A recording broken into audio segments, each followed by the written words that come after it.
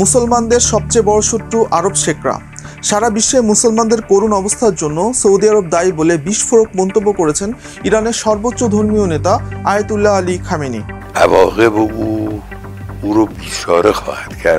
আরবদের সম্মতি না থাকলে ইসরায়েল কখনোই গাজা ধ্বংস করত না ও পরবর্তীতে ইরানে হামলার দুঃসাহস করত না বলেও উল্লেখ করেন তিনি। এছাড়া সারা বিশ্বে মুসলমানদের মধ্যে বিভক্তির জন্য আরব শেখদের ক্ষমতার লোভ ও রাজকীয় লাইফস্টাইলকে দুষেছেন ইরানের এই সর্বোচ্চ ধর্মীয় নেতা।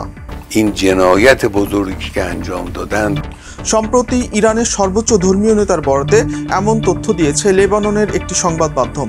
সেখানে বলা হয়, আয়াতুল্লাহ আলী খামেনি এমনটা বলেছেন যে সারা বিশ্বে এখন যে অস্থিরতা ও অনিশ্চয়তা এবং অমুসলিম বিভিন্ন দেশে মুসলমানদের করুণ অবস্থা, তার জন্য সৌদি রাজ পরিবার ও তাদের মিত্র পশ্চিমা বিশ্বই দায়ী। মুসলিম সমাজে বিভক্তির জন্য সৌদি আরবকে দুষেছেন ইরানের এই সর্বোচ্চ ধর্মীয় নেতা। এছাড়া মধ্যপ্রাচ্যে শিয়া সুন্নি বিভেদ নিয়েও কথা বলেন তিনি। আয়াতুল্লাহ আলী খামেনি এমনটা বলেন, অনেক হয়েছে, আর নিজেদের মধ্যে বিভেদ নয়। কলেমার উপর বিশ্বাস করা সকল মুসলিম ভাই ভাই। নিজেদের মধ্যে বিভক্তি নিজেদের ক্ষমতাকে দুর্বল করে, শত্রুদের শক্তিকে বাড়িয়ে দেয়।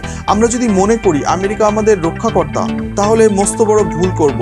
ইহুদিরা ছাড় পোকার মতো সারা মধ্যপ্রাচ্য গিলে খাবে বলেও হুঁশিয়ার করেন আয়াতুল্লাহ আলী খামেনি। উল্লেখ্য, সৌদি আরব সহ অন্য আরব দেশগুলোর সাথে ইরানের দ্বন্দ্ব নতুন নয়। সেই সাথে বিভিন্ন সূত্রে জানা যায়, সৌদি আরবের সাথে ইসরায়েলের গোপন সামরিক, বাণিজ্যিক ও কৌশলগত সুসম্পর্ক রয়েছে। এজন্য গেল সপ্তাহে ইরানের পররাষ্ট্রমন্ত্রী কোনো রাগঢাক ছাড়াই বলে দিলেন, মুসলিম বিশ্বের পিঠে ছুরি মেরেছে সৌদি আরব।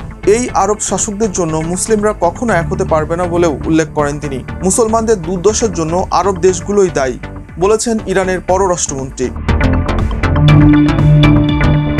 ইরান যদি ধ্বংস হয়ে যায়, তোমরা অনুশোচনা করবে, আরবদের উদ্দেশ্যে বলেন ইরানের পররাষ্ট্রমন্ত্রী।